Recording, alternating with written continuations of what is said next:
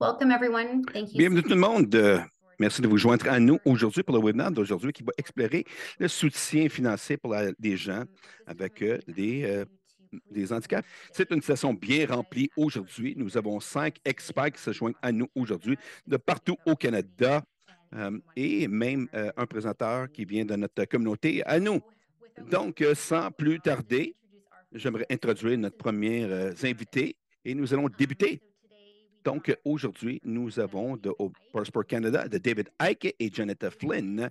David est l'agent principal du programme de Prospérité Canada au sein du service de la présentation d'intégration des programmes. David se concentre sur les solutions automatisation financière basées sur la technologie, y compris Benefits Wayfinder.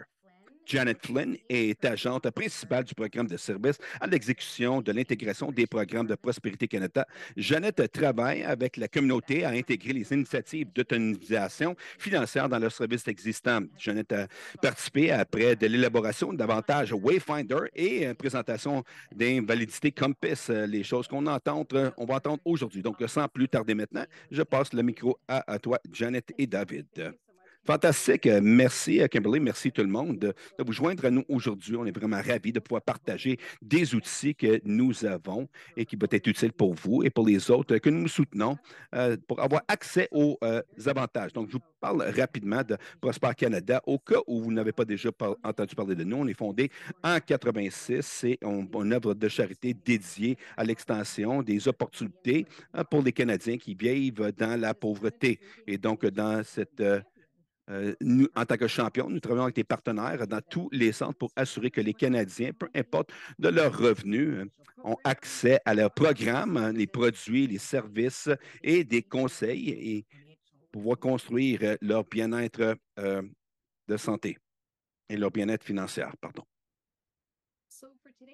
Donc, pour la session d'aujourd'hui, nous espérons vous aider à comprendre quels sont les avantages et le Wayfinder et ce que Wayfinder est et comment l'utiliser pour aider quelqu'un à trouver des avantages, comment appliquer pour ces avantages et aussi d'avoir de l'aide aux besoins. Donc, on espère qu'à la toute fin, que vous allez être équipé pour utiliser ces outils et de les partager avec ceux que vous croyez pourraient en bénéficier. Donc, simplement pour vous donner un petit peu de contexte sur pourquoi ces deux outils ont été créés, il y a des opportunités de bienfaits qui ne sont pas réclamés à tous les ans. Et donc, pour ceux qui sont les plus impactés par la pandémie ou qui vivent avec des faibles revenus, ils ne reçoivent pas ces avantages auxquels ils ont droit. Il y a beaucoup de processus. Comme vous êtes déjà confiant, savez que les processus ne sont pas exactement les plus faciles. Ils peuvent être en fait un défi, surtout pour ceux qui vivent avec les handicaps en particulier ou multiples handicaps. Et il y a aussi un besoin pour le personnel de comprendre quels sont ces avantages et qu'ils peuvent introduire aux clients et aussi de les éduquer, s'éduquer soi-même et l'utiliser comme un outil s'ils travaillent avec quelqu'un. Donc, je vais vous parler un peu, une description rapide de Wayfinder. David va vous passer au travers d'une démonstration pour vous aider à le décrire plus en détail, montrer les composants. Donc, l'outil a été lancé publiquement en 2022 de janvier et ça a été fait pour être simple et très intuitif. Ça peut être utilisé comme un guide virtuel pour les gens qui aident d'autres gens avec les handicaps. Et plus important, c'est écrit en langage simple. Et donc, il y a des avantages que les gens peuvent être le droit de recevoir. Possiblement qu'ils ne le sont pas, mais ils peuvent passer au travail pour voir s'ils sont éligibles. Il y a des territoires, des provinces et la fédération. Fédéraux, parce que c'est une place qu'on peut arrêter. On n'est pas obligé d'aller aux multiples pages pour trouver les différents avantages. C'est tout dans un lieu. Et encore une fois, ça peut être utilisé par les individus ou par ceux qui peuvent soutenir les gens pour les aider à comprendre et voir quel genre d'avantages qui sont disponibles pour eux. Et j'aimerais remercier nos sponsors qui ont aidé à former cet outil, la banque et le Feed Opportunity, la banque TD. Et donc, je vais inviter David à partager l'outil. Et lorsqu'il le fait, je vais passer au travers rapidement de un personnage qu'on va utiliser pour démontrer les composantes de cet outil. Donc, David, si tu aimerais partir, je vais arrêter de partager si tu veux commencer le tien, mais je vais parler pendant que tu le fais et de vous introduire à Calvin. Okay. OK. I'll share my screen now. Donc, je vais partager mon écran maintenant. Allez-y. Donc, Calvin, il vient d'Ontario, il a 63 ans et il est marié. Il est récemment diagnostiqué avec une hypertension pulmonaire, père de 2 enfants adultes vivant seul. Et il est un citoyen canadien. Récemment à la retraite et le revenu du ménage est inférieur à 60 000 par année. À jour, il est à jour pour la déclaration de ses revenus, mais il se demande s'il reçoit tous les bénéfices et prestations auxquels il a droit. Donc, on va introduire l'outil maintenant, David.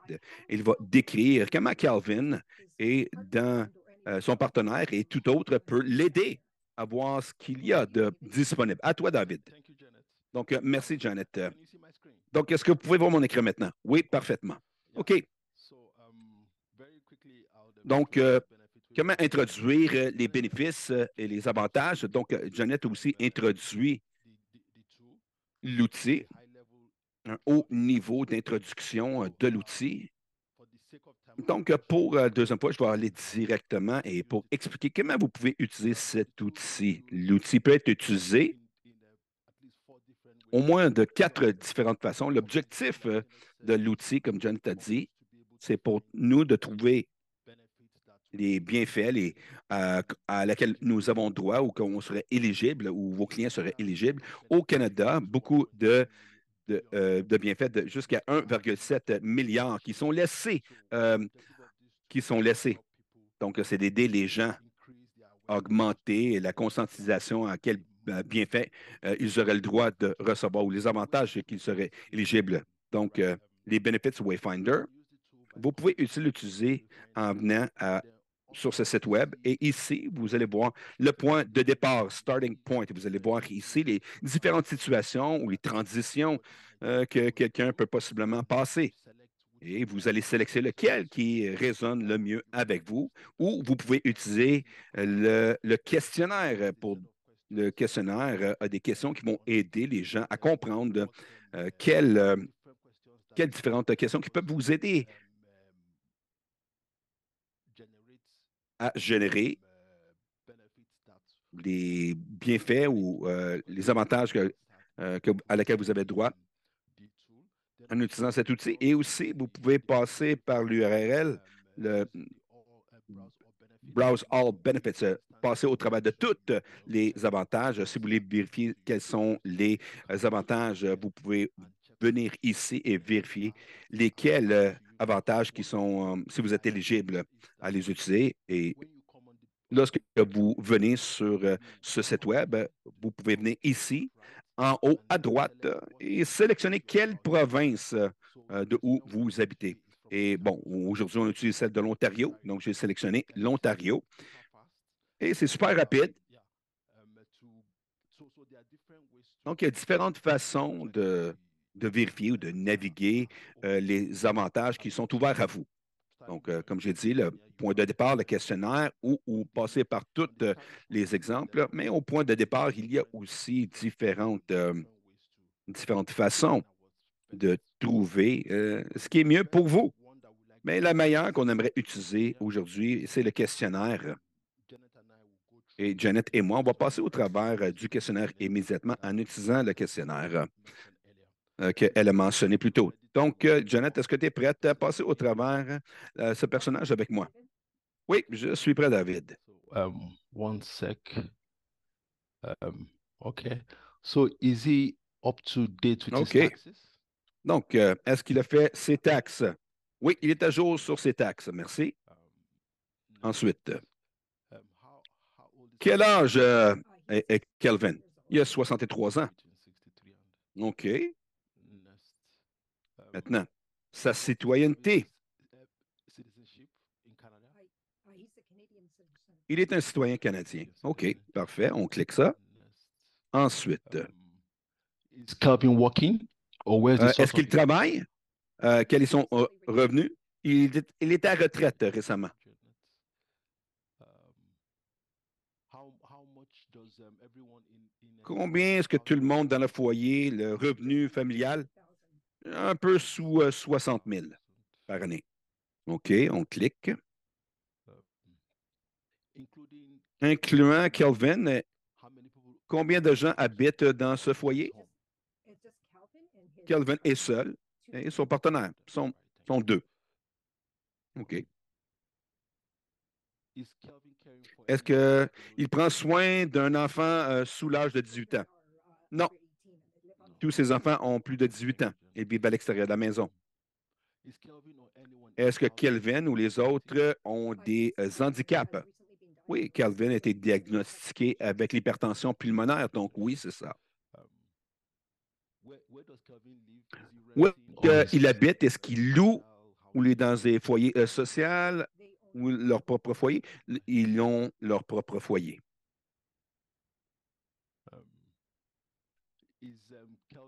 Bon, est-ce que Kelvin s'attend à un enfant? Est-ce qu'il est enceinte ou son partenaire? Non. Depuis l'âge de 18 ans, depuis combien de temps a Kelvin habité au Canada? Moi, ça fait plus de 20 ans qu'il habite au Canada. Parfait, OK. Plus de 20 ans. Est-ce que Kelvin ou son épouse sont des vétérans canadiens? Non.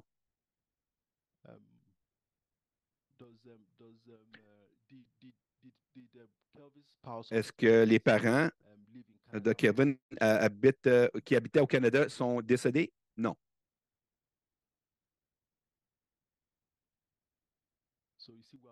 Vous voyez, donc on a répondu tout le questionnaire et maintenant, nous avons l'opportunité de faire la revue rapide de nos réponses et ensuite soumettre le questionnaire. Donc, parfait, basé sur les questions que Kelvin a répondues. Nous avons trouvé 18 recommandations d'avantages qui seraient éligibles. Donc, on va au tableau de bord et au tableau de bord ici. Vous voyez tous les avantages qui ont été identifiés ou recommandés. Par exemple, chaque avantage a une page d'accueil. Donc, par exemple, vous voyez ici, voici tous les bienfaits. Il y en a 18. Donc, il va prendre son temps et les regarder et voir lesquels qui sont les meilleurs pour lui. Donc, les avantages ont une page d'accueil et sur la page d'accueil, voir quels sont les avantages. Et laissez-moi ici, on peut rentrer et voir. Vous pouvez voir que il y a une introduction aussi au plan. Il y a un lien à la page où on peut voir les différents avantages et il peut aller appliquer. Et ensuite, il y a l'éligibilité, quelles sont les éligibilités que Kevin a besoin de rencontrer pour appliquer. Et très important, il y a aussi sur chaque avantage comment Kevin peut appliquer ou s'inscrire. Donc, on retourne ici. Donc, 18 avantages, définitivement. Kevin ne peut pas tous les regarder, ces avantages d'un coup. Donc, au fur et à mesure que la personne passe au travail, vous pouvez imprimer la page ici sur PDF, ici, ou il peut les sauvegarder, le URL, en inscrivant son adresse courriel. Bon, je vais mettre mon courriel et je vais me l'envoyer et vous pourriez voir que ce lien serait envoyé à ma page de courriel et n'importe quand, vous pouvez l'envoyer à Kelvin et aussi vous l'envoyer comme une opportunité que Kelvin va arriver et vouloir utiliser le URL et de revenir à ce côté-ci et d'avoir tous les avantages à laquelle il a droit ou il se qualifie pour être éligible. Et aussi, si Kelvin a besoin d'aide ici, nous avons un bouton d'aide, le centre d'aide, parce que Kevin vit en Ontario. On a une liste d'agences en Ontario. Ces agences que vous voyez ici sont des agences gratuites où Kevin peut approcher pour n'importe quel service ou assistance qu'il a besoin pour compléter les formulaires en question. Et aussi, nous avons le portail des agences aussi. Et les agences qui vont soutenir les gens comme Kelvin, vous pouvez avoir plus de ressources si vous voulez. Ici, nous avons aussi le Benefit Wayfinder, qui est semblable à ce que nous avons ici aujourd'hui. C'est en anglais et en français. Vous pouvez toujours cliquer ici et la regarder encore une fois. Ensuite, nous avons d'autres ressources. Voyons voir les ressources que vous pouvez utiliser pour soutenir vos clients, comme ces plans ici, des matrices de plans d'action pour appliquer à des avantages. Nous avons d'autres outils comme des guides pour les avantages clés que les provinces peuvent offrir. Et donc, ce lien vous amène aux ressources où vous pouvez voir, basé sur votre province. Et aussi, on peut aider en utilisant cet outil, en utilisant ce lien et de partager avec le réseau. Je vous conseille de revenir ici et de regarder le tout parce que cette démonstration était vraiment rapide. Donc, si vous voulez regarder, avoir une démonstration semblable et voir comment que les deux fonctionnent, vous pouvez venir ici. Nous l'avons en anglais et en français. Et vous pouvez aussi faire la revue de ce que vous voulez et ce que vous avez entendu aujourd'hui. Donc, je vais laisser passer le micro à Janet. Merci, Janet. Merci, David. OK, donc, ce que je vais passer au travail maintenant et partager mon écran. Tu peux arrêter de partager ton écran, David. Je vais partager la mienne. Donc, je vais arrêter de partager ici dans un instant. Mais je vais passer au travers l'outil compagnon qui vient d'être lancé l'année passée, particulièrement pour les avantages d'handicap. Comme on a mentionné, ces différentes prestations d'invalidité peuvent être difficiles à voir parce qu'il y a plusieurs étapes qui sont impliquées. Plusieurs ont besoin d'être remplis par des praticiens. Et donc aussi, pour quelqu'un qui peut essayer de le faire tout seul, ça peut être très traumatisant, en fait. Donc, si tu vois on voit le compas des différents avantages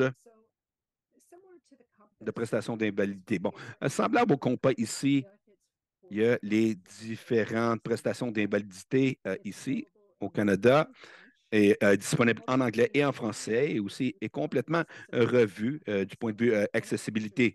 Donc, une des fonctionnalités qui a été demandée par les gens avec des invalidités qui ont aidé à concevoir l'outil, c'était d'avoir le mode foncé et clair comme préférence. Ces avantages, les prestations d'invalidité ont été identifiées par les gens en Colombie-Britannique a été conçu avec l'idée de ceux qui l'utilisent, peu importe les clés ou les territoires, avec les différents programmes d'invalidité. Ce ici, il y a en Ontario, le programme d'invalidité en Ontario et le plan de pension du Canada, les crédits d'impôt. Et donc, au minimum, c'est ceux et celles ceux qui ont des invalidités, ils devraient être au moins au courant de celle-ci et voir s'ils sont éligibles ou non. Donc, je vais passer au travers cet exemple ici de crédit d'impôt. Et il y en a une vraiment qui est sous-utilisée au Canada par les personnes handicapées en invalidité. Et c'est important pour arriver à d'autres avantages. Et vous avez besoin d'avoir un crédit d'impôt pour personnes handicapées. Et c'est important de l'avoir et de la regarder et de faire une revue. Donc, semblable au Wayfinder, il y a une description de ce certificat et au travers de celle-ci, il y a des boîtes bleues ici. Et ces boîtes bleues vont lever le drapeau sur des informations importantes pour les gens à regarder avant d'aller plus loin. Et donc, comme mentionné, c'était conçu dans un projet de 3 ans que nous avons travaillé avec Alliance Invalidité Colombie-Britannique et notre évaluateur SRBC et avec beaucoup de gens qui ont des invalidités dans tous les processus. Une chose qui est ressortie assez souvent, que vous êtes conscient certainement, c'est un des grandes barrières, c'est les gens simplement qui n'ont pas de docteur ou un docteur qui se sent confortable à faire un diagnostic et de remplir ces formulaires pour décrire l'impact de chaque personne.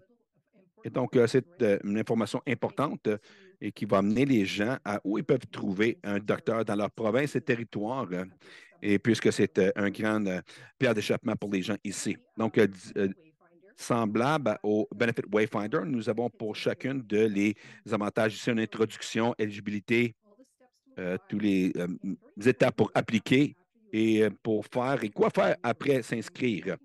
Et lorsqu'on a travaillé sur ça, il y avait beaucoup de gens qui croient que c'est fait une fois qu'ils sont reniés, si on veut, euh, ou refusés. Ils ne réalisent pas qu'il y a d'autres étapes à prendre et pourraient même s'attendre à être refusés quelquefois avant d'être acceptés. Donc, ce n'est pas la fin de la route, cette section. Je vais vous montrer rapidement un peu qui décrit quoi faire si vous avez été approuvé ou si vous avez été refusé. Donc, au travers de les FAQ, les questions fréquemment posées et toutes les ressources ici.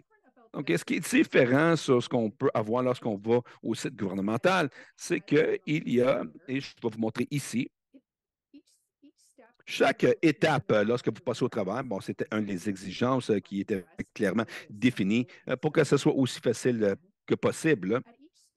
Et à chaque étape, nous avons des questions fréquemment posées à ceux qui ont passé au travers de ce processus et ont trouvé qui arrivent souvent avec des réponses. Il y a des trucs et astuces en cours de route.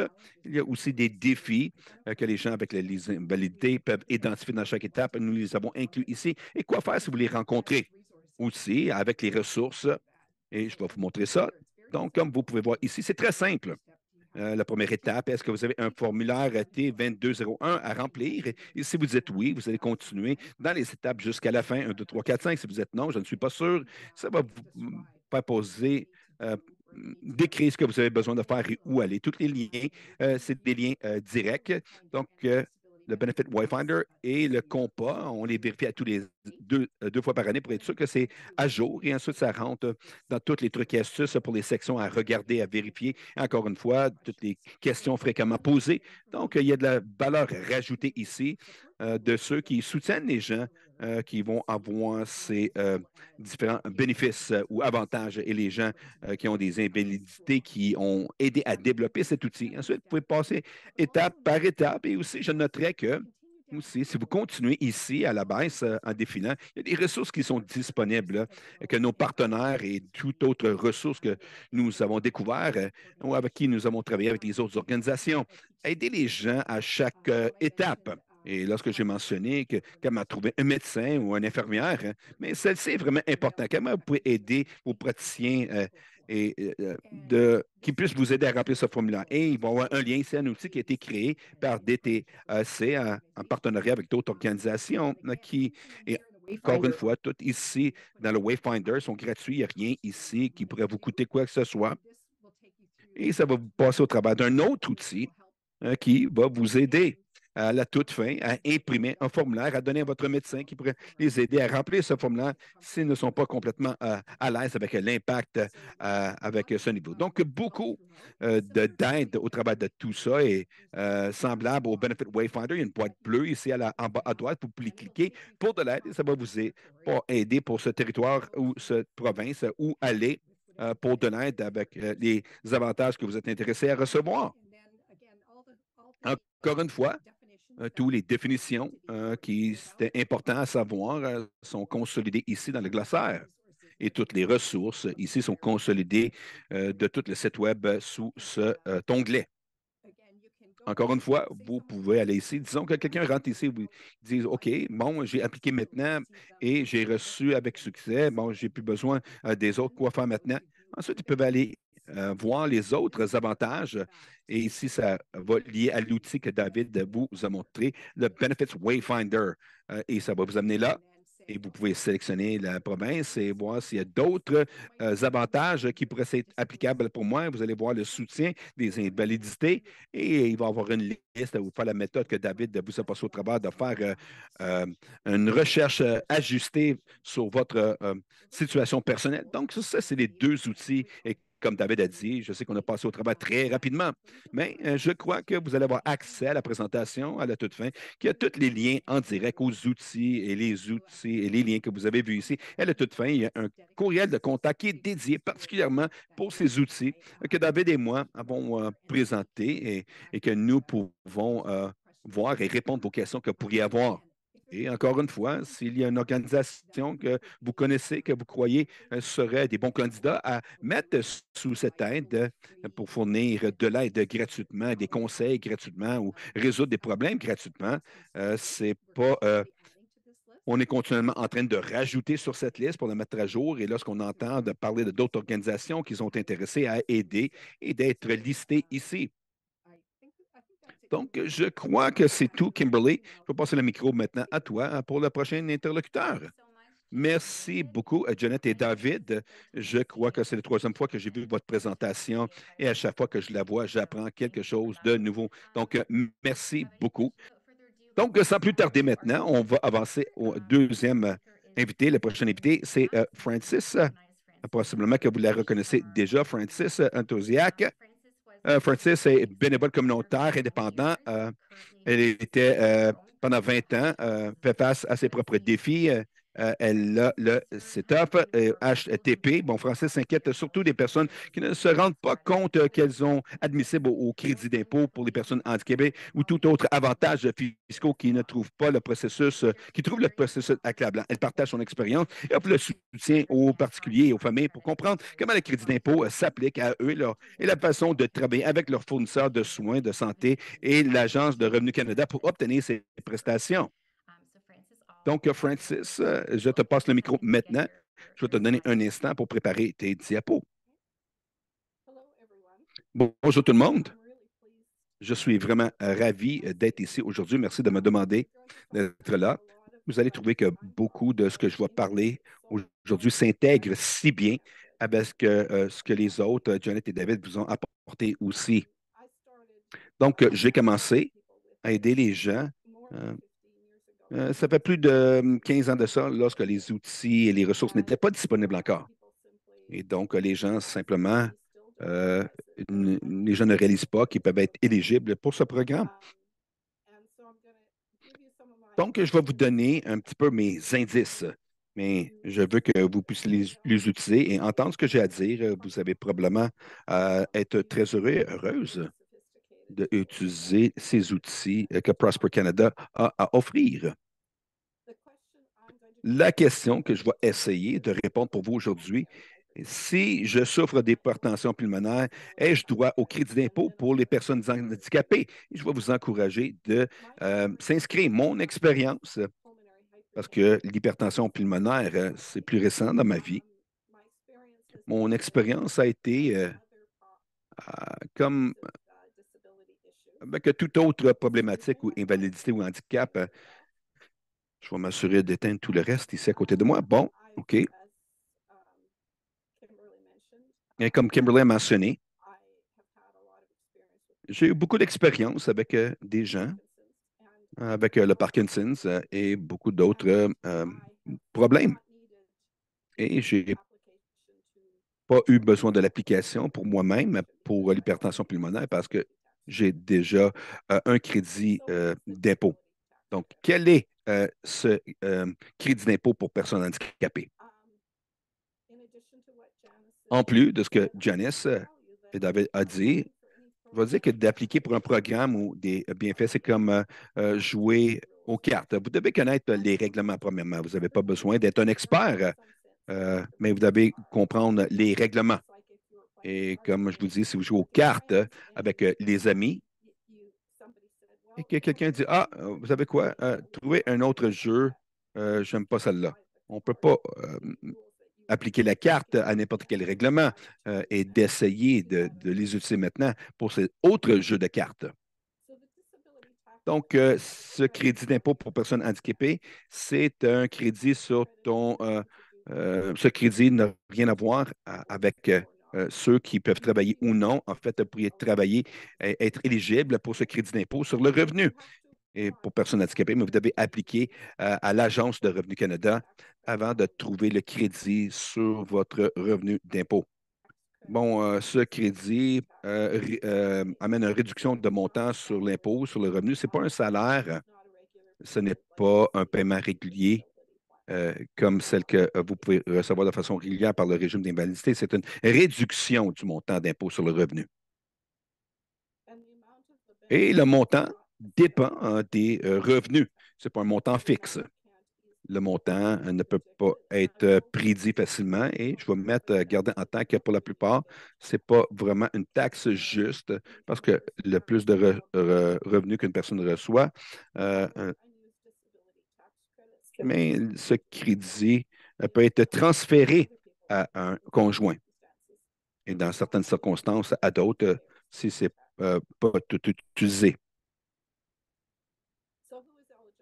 Donc, qui est éligible pour ce crédit d'impôt pour personnes handicapées? Donc, ce n'est pas dépendant d'un âge, ça peut impliquer les adultes et les enfants. Et ce n'est pas limité aux aînés non plus. Donc, voici les règlements ou les critères d'éligibilité. Donc, qui est éligible pour bénéficier de ce crédit d'impôt pour les personnes handicapées? Bon, l'aspect fonctionnel de leur vie quotidienne sur certains aspects de leur vie quotidienne. Donc, rien à voir avec, mais seulement avec certains aspects fonctionnels de la vie quotidienne. Donc, possiblement que vous avez le Parkinson, OMS, la démence ou autre, une problématique de pulmonaire, hypertension pulmonaire, etc. Mais ce qui est important pour l'application, c'est l'effet de ces conditions chroniques ont sur la vie quotidienne. Aujourd'hui, on se concentre sur l'hypertension pulmonaire. Le fait que vous avez l'hypertension pulmonaire, ce n'est pas une chose qui fait qu'il va être éligible. Comment ça affecte votre vie journalière. Donc, voici la liste des fonctions de données. Pas toutes les fonctions que vous allez voir sont sur la liste. Parler, marcher, éliminer, se nourrir, s'habiller, fonction mentale, thérapie, maintien de vie, vision, l'ouïe. Bon, la liste de fonctions éligibles, pardon, c'est ça, de marcher, parler, éliminer, se nourrir, s'habiller, fonction mentale, thérapie de maintien de vie, vision et l'ouïe. Et seulement si les choses comme les appareils pour entendre ou les lunettes mènent pas quelqu'un dans un niveau de fonction, de capacité de fonctionner. Donc, regardons ça ici dans la liste des fonctions éligibles de l'hypertension pulmonaire. Donc, possiblement, il y a des gens qui ont expérimenté avec l'hypertension pulmonaire, ont quelques-unes de ces fonctions qui sont à l'extérieur de celles que j'ai notées ici, mais j'ai essayé d'imaginer où ce que j'ai entendu de groupes lesquels sont les plus susceptibles d'être affectés. Donc, on a parlé de marcher, de se nourrir, de s'habiller, possiblement des fonctions mentales et les thérapies de maintien de vie. Donc, on a pris un autre regard à la liste et pour ceux qui expérimentent l'HTP. Et donc, je vais vous pointer à celle qui s'appelle la thérapie de maintien de vie. Bon, c'est une catégorie intéressante. Les qualifications ici n'est pas basées si on peut ou ne peut pas faire quelque chose, de quelle façon on peut le faire. Les qualifications avoir à être dédiées au moins 14 heures par semaine, 2 fois par semaine, à des thérapies de thérapie de maintien qui inclut l'oxygène. Si vous utilisez l'oxygène tous les jours, votre application devrait être aussi simple que de demander le médecin ou les praticiens à remplir le formulaire. Possiblement que vous auriez un moment pour remplir ce formulaire.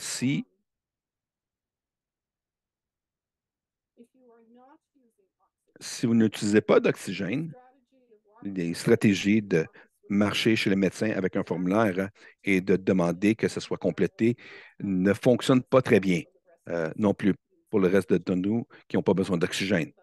Je vais parler de cela, de ce sujet un peu plus tard. Autrement, l'éligibilité exige qu'une catégorie sur la liste des fonctions soit sévèrement affectée ou qu'au moins 2 catégories sont moins sévèrement affectés. Et comme je dis, pas tout le monde sur l'hypertension pulmonaire va expérimenter toutes ces catégories de fonctions. Marcher, souvent, c'est affecté dans le HTP parce que le manque de souffle affecte comment on peut marcher, cause la fatigue et possiblement affecter euh, le reste. Bon, ça ne veut pas dire qu'une personne ne peut pas marcher ou que la personne ne peut pas faire quelques-unes de ses autres tâches qui impliquent, ça ne dérange pas le degré de combien un de ces fonctions est affecté ou non. Par exemple, pour marcher, qui est affecté, le patient ne peut pas marcher 100 mètres. Bon, c'est comme un bloc, une pâté de maison. Bon, ou un temps indéfini pour cette marche, 3 fois plus long. Et en tant que personne avec le HTP ou l'arthrose ou beaucoup d'autres fonctions, les fonctions qui sont affectées. Donc, s'habiller, ça peut être affecté. Ceux qui ont des difficultés à marcher souvent ont des difficultés à s'habiller. Encore une fois, ça ne veut pas dire que quelqu'un a besoin de les habiller, simplement que ça prend plus de temps à s'habiller et qu'il y a des défis à certaines parties avec comme se pencher et mettre nos pantalons ou les bas et les souliers, par exemple, ou mettre un veston pour être fatigué par le temps que vous avez fait ces choses. Et possiblement qu'on pourra partager comment que le HTP affecte votre vie euh, avec votre rapport d'impôt de crédit. Qu'est-ce qu'on a besoin pour une table ronde? Donc, il y a d'autres critères aussi d'éligibilité. Le problème euh, a dû durer ou devrait durer au moins 1 an. Donc, si je me brise la jambe et ça guérit en l'intérieur d'un an, donc il n'y a pas de complications, je ne suis pas éligible pour ce crédit d'impôt. Mais si j'ai des complications et qui durent plus d'un an, j'aurai possiblement le droit. Et tel que mentionné, un des critères aussi, c'est la gravité des effets. Maintenant, je pensais euh, problème de marcher parce que j'ai de la difficulté à marcher ou de tirer une bonbonne d'oxygène, comment ça peut être difficile. L'éligibilité peut être affectée par ses fonctions et c'est limité ou par une combinaison des fonctions s'ils sont moins sévèrement affectés. Le troisième critère, c'est la fréquence des effets. Vous et moi, nous savons que le HTP ne prend pas de vacances. Donc, je vais regarder maintenant quelque chose qui a à faire avec la date du diagnostic versus le début des symptômes. Lorsque je parle aux gens et qu'ils me disent ou me parlent à propos de ce qui se passe dans leur vie, souvent, ils vont me dire la date du diagnostic. Et en ce qui a trait au CRA ou les agences, finalement, de ARC, ils sont prêts à accepter, dans plusieurs situations, le début des symptômes. Donc, possiblement que vous aviez l'hypertension pulmonaire depuis plusieurs années, vous ne connaissez pas ce programme et que si vous pouvez démontrer d'une façon que vous aviez des symptômes qui sont là depuis un certain temps, l'Agence de revenus Canada va accepter, généralement parlant, l'éligibilité pour les symptômes les plus tôt qui ont affecté vos fonctions. Et vous pourriez être éligible pour un montant euh, de les années d'imposition de salaire des années passées, jusqu'à 10 ans en arrière. Donc, la date dans le diagnostic est- n'est pas nécessairement important, mais la date que les fonctions ont été affectées est plus importante. Donc, le professionnel de la santé n'a pas besoin d'avoir la documentation du début des symptômes dans le dossier. Ils doivent agir dans leur connaissance professionnelle. Dans le cas du HTP, ils savent que les symptômes ne sont pas arrivés rapidement, mais ont pris un certain temps. Donc, qui décide que vous êtes éligible? Premièrement, c'est votre décision de poser votre candidature, mais elle doit être appliquée par un professionnel reconnu de la santé. Il y a certaines situations où un thérapeute occupationnel ou un physiothérapeute un ergothérapeute. Et ça, c'est listé dans l'application aussi. Ils peuvent remplir le formulaire pour vous. Mais de façon plus commune, c'est complété par un médecin. Et ici, je suis au Manitoba et j'ai parlé à des spécialistes et ils se sont référés à la situation au médecin familial. Donc, on commence avec le médecin familial, habituellement. Et dans plusieurs situations, les différents praticiens aussi qui sont capables de remplir ce formulaire. Bon, un mot maintenant sur le formulaire. Bon, c'est votre décision d'appeler votre candidature. C'est le soignant, le médecin, le professionnel de la santé qui va remplir les détails de comment votre situation s'applique et dans les critères. Mais vous ne devriez jamais prendre une réponse d'un soignant professionnel que vous n'êtes pas éligible. Ce n'est pas leur décision à prendre. Ce n'est pas leur décision. À long terme, si vous êtes ou non éligible, c'est la décision de l'Agence de revenus canadienne. En passant, le soignant professionnel peut charger un frais pour remplir ce formulaire parce que ça peut être assez complexe. Et si c'est pour recevoir des crédits d'impôt, et j'ai une belle expérience hier, justement, en parlant avec des amis. Et une d'entre elles m'a raconté son histoire pour avoir appliqué avec ce crédit d'impôt. Elle voit le médecin qui a ensuite dit que, je crois que c'était 140 $ à remplir. Et cette femme a négocié 20 $, diminué de 20 $ jusqu'à ce qu'elle descende à 20 $ pour remplir le truc. Je n'avais jamais entendu parler de ça avant, mais maintenant, elle a réussi à le faire. OK, bon. Le ARC, l'Agence de Revenu Canada, peut prendre une de 4 décisions lorsque vous faites votre application. Ils peuvent dire non, simplement.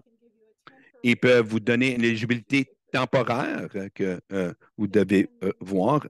Ils peuvent envoyer une lettre qui dit la catégorie dans laquelle je tombe, appelez-nous pas, on va vous appeler.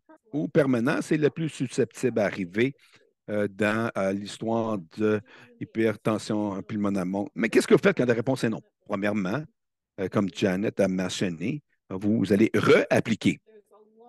Il y a un long chemin à faire avant d'avoir réappliqué.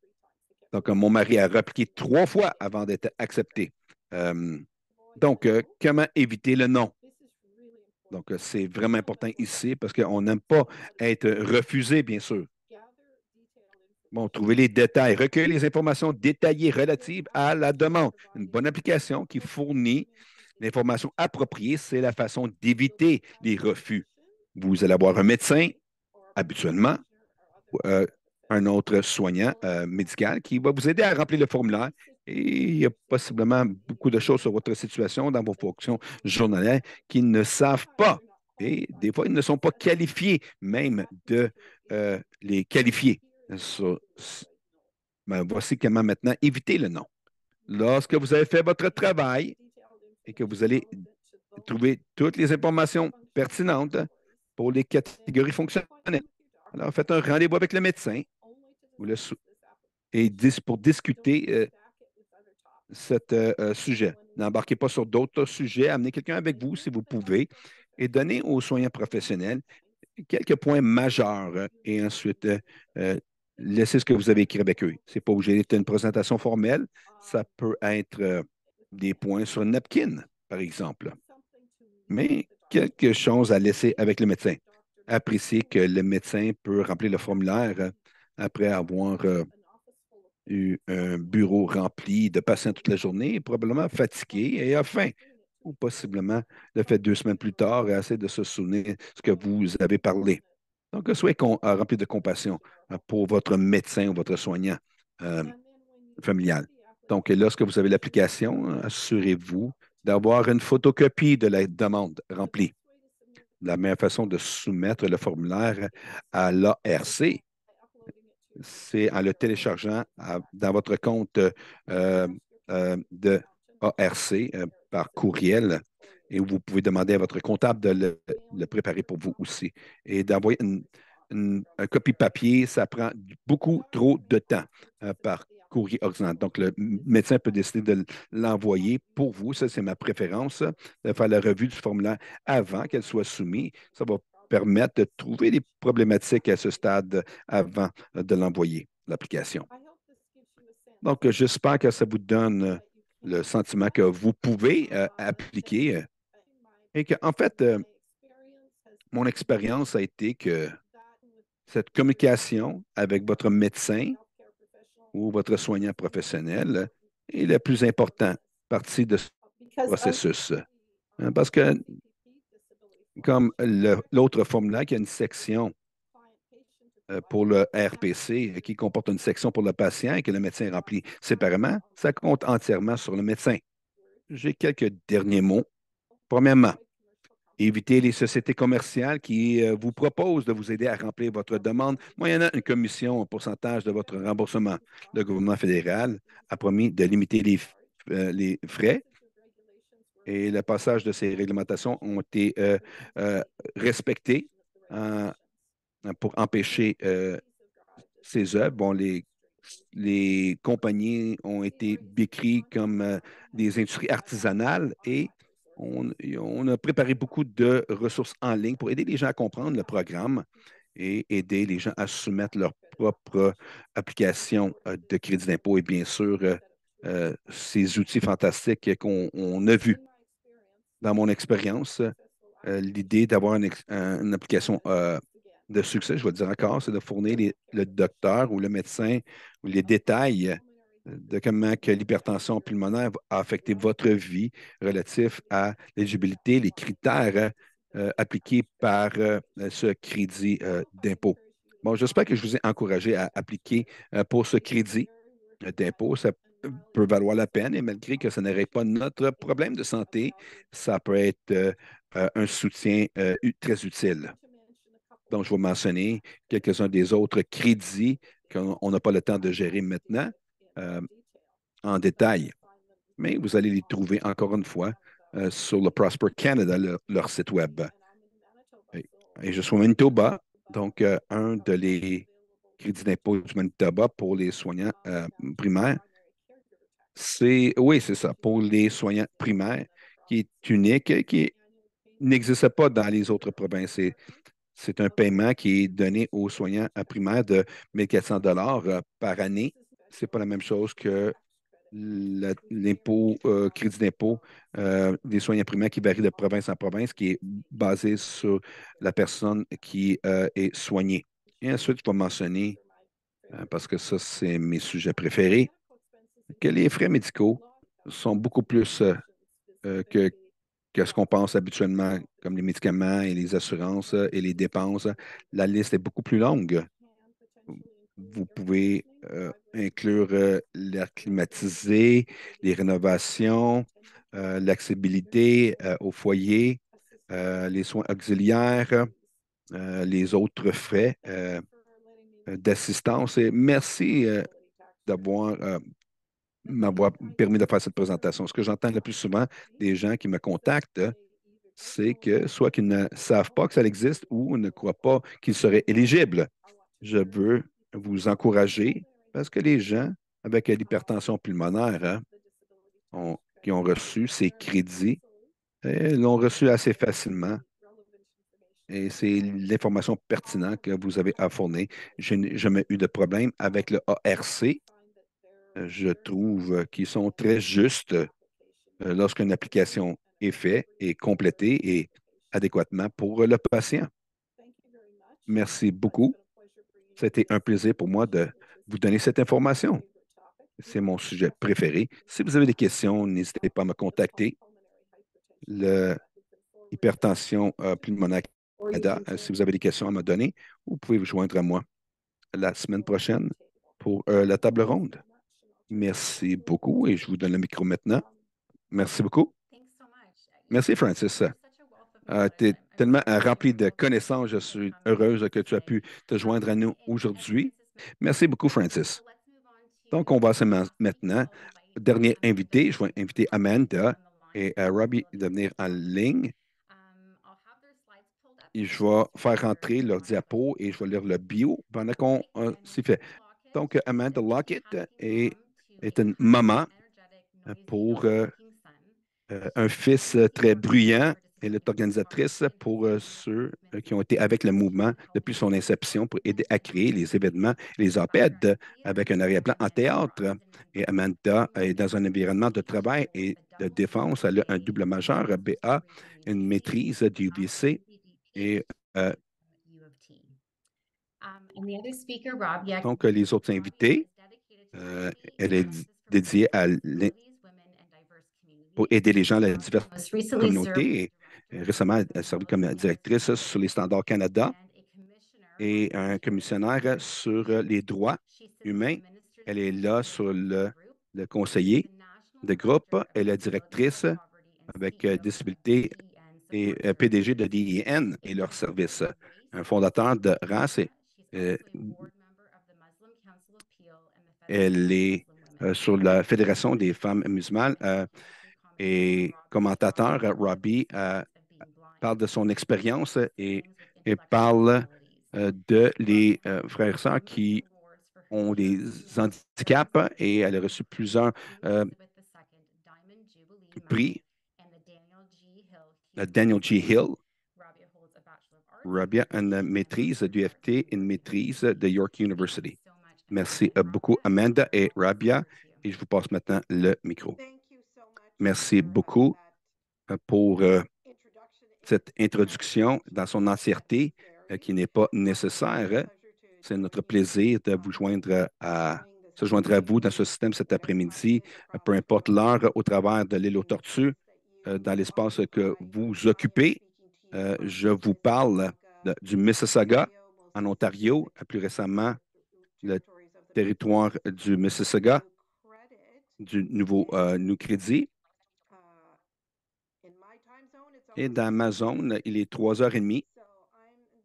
Donc, je suis la directrice de Les handicaps sans pauvreté et je vais rentrer pour vous donner un survol sur où nous sommes avec les choses et les prestations canadiennes. Et ensuite, on va parler, Manda peut parler un peu plus de ce qui se passe particulièrement en Colombie-Britannique. Est-ce que c'est vrai? Est-ce que je suis précise? Est-ce que j'ai couvert le tout? Parfait. OK. Donc, est-ce que ça rencontre les attentes? J'espère que oui. Absolument. Merci. Et merci pour les vérifications. Donc, en tant que personne avec handicap, c'est mon accommodation. Accommodement, je peux me concentrer sur les bras qui sont levés, les commentaires dans la boîte clavardage, mais je compte sur les verbales. Donc, c'est la nouvelle norme. On pourrait être habitué dans les espaces en ligne pour quelqu'un qui est aveugle. Autrement, je parle à des auditoires en direct où je peux dire, OK, lancez-moi des choses, faites pas juste des visages, donnez-moi des effets sonores. Bon, ça, c'est difficile dans les espaces virtuels. Donc, laissez-moi commencer l'histoire. L'histoire commence quelque chose comme ça. Il y a beaucoup de beau travail qui a été fait historiquement, bon, qui a nécessité, malheureusement, à cause de la réalité des handicaps et la pauvreté, l'expérience de vie avec des handicaps qui ne peuvent pas trouver du travail, qui ne peuvent pas travailler à cause des barrières ou simplement n'avaient pas compris c'est quoi ce travail, étant donné la nature de leurs invalidités, handicaps. Donc, ils sont dépendants sur ces primes, ces avantages, et ça tombe euh, très loin de la ligne de pauvreté au travers de ce pays. 52 lignes de pauvreté et les gens avec les invalidités se sont retrouvés dans la pauvreté et encore la pauvreté. Donc, les défenseurs, les militants sont rejoints par des décennies maintenant pour parler de ce qui se passe. Bon, d'arriver avec des façons d'adresser ces différentes pauvretés d'handicap. Et pas beaucoup de progrès a été fait. Possiblement un des programmes plus innovants, c'est le programme canadien de plan d'épargne encore. L'intention, c'est d'aider à long terme, aider les gens à compléter leur revenu. Ou à un certain point, là où ils se trouvent, lorsqu'ils étaient en train de vivre, soit de gagner ou non, ou d'avoir l'option d'épargner de l'argent, comme tout Canadien qui ont contribué à leur leur plan de retraite. Et ça, c'était un grand pas dans la bonne direction. Et ensuite, rien pour un long moment. Donc, la pandémie, quand elle est arrivée, les gens avec des handicaps se sont retrouvés de plus en plus profonde pauvreté, pire qu'avant. Nous avons été oubliés en tant que population en ce qui a trait à ces prestations de secours d'urgence pour les Canadiens travaillant, les étudiants, les personnes âgées ont reçu leur paiement et les gens handicapés les ont reçus à la toute fin de l'année. Donc, à quelque part en cours de route, au travers de la défense et la militance de certaines, le plaidoyer de certains ministres, Carla Paltrow est venue une promesse du premier ministre euh, dans sa discussion du premier ministre il y a 3 ans, en septembre, le 20 septembre 2020, le premier ministre Trudeau a annoncé l'engagement du gouvernement à cette prestation canadienne. On commençait à organiser et préparer, informer les uns les autres et de commencer à se mobiliser. Un mouvement DWP est arrivé en septembre de 2021. On a commencé à faire de la recherche et d'offrir cette recherche au gouvernement à considérer dans sa planification. On a dit que les gouvernements ont fait une promesse. On ne peut pas faire confiance qu'elle est réalisée sans le pouvoir, sans que les gens handicapés reconnaissent leur pouvoir et complètement participer dans ce processus. Donc, nous avons été champions et nous avons vu le C-35, le premier projet de loi qui a été appelé et une élection a été appelée. On a étudié toutes sortes de façons possibles pour lever la voix des gens qui prennent soin de ces gens avec des handicaps, qui vivent dans la pauvreté et les gens qui vivent dans la pauvreté et emmener ces voix au Parlement au travers des lettres, des pétitions, au travers des lettres, des campagnes, au travers des lettres, des webinaires et des op-eds et des articles et de faire des entrevues, et ainsi de suite. Et rendu la conversation au centre, alentour de la pauvreté, la conversation sur l'agenda de la pauvreté. Euh, les organisations et les individus se sont unifiés et finalement, on avait le C-22 qui a passé par le gouvernement, le Parlement, plus lent qu'on l'aurait cru, qu'on l'aurait voulu. Tout le monde a pris des pas dans le système pour améliorer le projet de loi, pour protéger le droit des gens avec des handicaps, pour participer complètement dans la conception de cette prestation pour créer cette prestation. Et le projet de loi a été à rentrer en loi à la fin de juin. Donc, C-22 est monté de façon royale et la sanction royale a été réalisée. Donc, le ministre a changé cet été en consultation a été annoncé et nous étions surpris parce que nous n'étions pas préparés pour ce changement et nous n'étions pas préparés pour une consultation qui a vraiment n'avait pas engagé les gens avec ou impliqué les gens avec euh, les gens qui étaient atteints de handicap. Donc, on a décidé de co-créer un processus parallèle à l'extérieur du gouvernement, financé par la philanthropie, où on contacte pour du soutien. Nous voulons entendre parler des gens qui vivent avec les invalidités, les handicaps, qui vivent dans la pauvreté, qui ne peuvent pas nécessairement participer dans les consultations en ligne et ainsi de suite, et qui ont pu vraiment rentrer dans les communautés, dans les communautés du Nord et rurales et dans les marges des municipalités et de s'assurer qu'on entend toutes les voix possibles pour informer les réglementations, les politiques et les procédures qui ont besoin d'être mises en place pour avoir l'argent aux gens qui en ont besoin le plus. Donc, on pousse pour les pensions adéquates pour les gens qui vivent avec les invalidités, les handicaps vivent à 30 sous le seuil de la pauvreté et on devrait rajouter des montants. Et ça ne prend pas fin avec ces avantages. Je suis heureuse que j'encourage les gens de demander des crédits d'impôt, qu'on le veuille ou non. Ça va être la façon la plus facile, le point d'entrée pour le gouvernement de déterminer l'éligibilité. Et on va continuer à pousser de l'avant pour quelque chose de plus pour que ça soit disponible à plus de gens et pas tout le monde va pour le DTC, mais c'est vraiment, vraiment important que les gens puissent embarquer sur le DTC. Nous avons besoin de s'assurer qu'il n'y a pas de problème avec les provinces et qu'il n'y ait pas de problèmes de victimes imprévues en termes de programmes qui reçoivent. Donc, la réalité au travers le pays, c'est que les gens avec les handicaps qui reçoivent un petit peu plus de revenus, s'ils sont dans le financement, les foyers, les logements subventionnés, les maisons de groupe, c'est taux pour l'hébergement et la pension de loyer est à la hausse et encore les personnes handicapées sont laissées euh, pour ne pas nécessairement pour le mieux, pour couvrir leurs autres nécessités et leurs coûts quotidiens. Donc, le coût de vivre avec un handicap est plus élevé que la ligne de seuil de pauvreté. La ligne officielle n'est pas du tout près de ce que les gens reçoivent en termes de bienfaits ou de prestations, les gens avec des handicaps se trouvent dans des situations plus précaires qu'ils l'étaient dans le passé. Ce n'ont pas de membres de la famille pour les soutenir.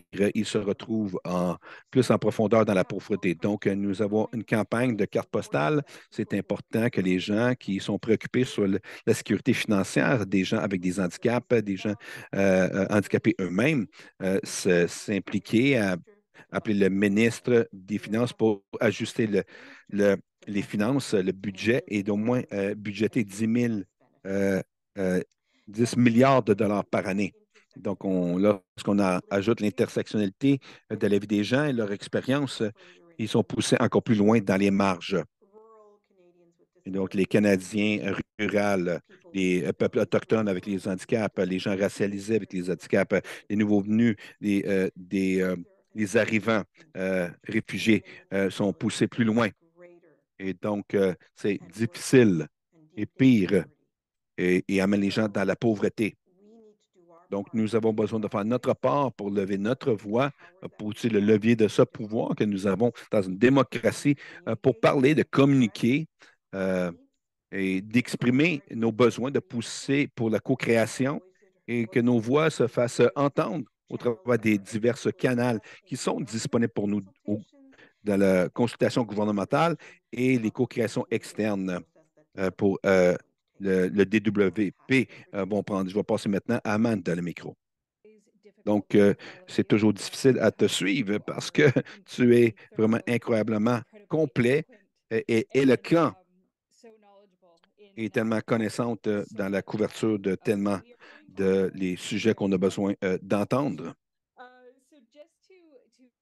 Donc, simplement pour souligner encore quelques-uns des points que Rabia a fait. Par exemple, la concentration sur le crédit d'impôt, l'importance que nous croyons que si vous êtes éligible pour embarquer sur cela, parce que la susceptibilité c'est la façon la plus rapide pour le gouvernement de réconcilier qui vit avec ses handicaps et peut déployer au travers de tout ça.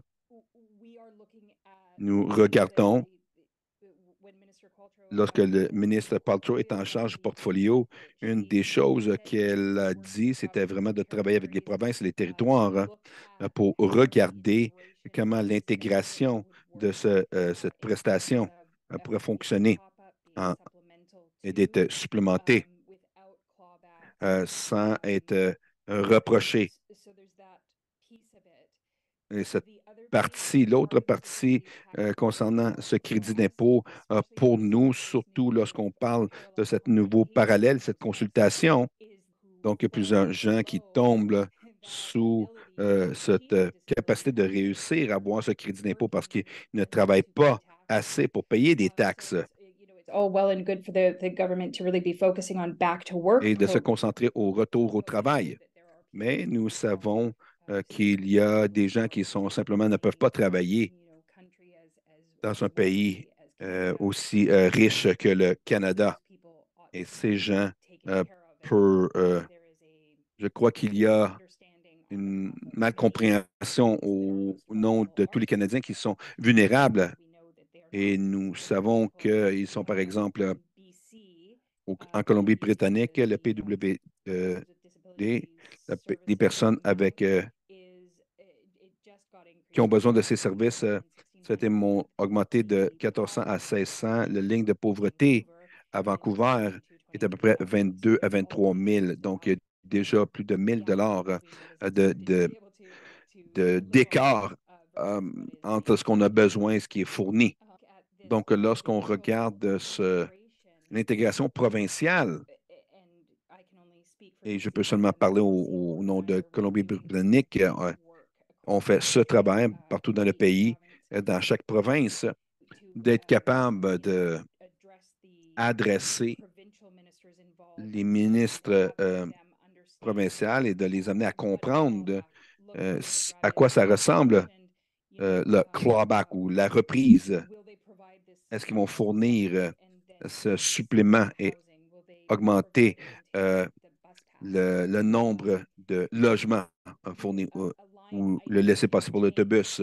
Il y a des lignes d'items qui peuvent changer, qui peuvent avoir un impact sur la vie quotidienne des gens. Ils vont accepter cet appareil de communication, mais accepteront pas un autre. Ils vont accepter cette chaise roulante, mais pas un autre. Et ça, c'est des impacts réels sur la vie des gens avec des handicaps que la bureaucratie au complet n'est pas nécessairement consciente. Donc, c'est vraiment important et de s'assurer que les ministres en charge soient conscients. Oui, définitivement.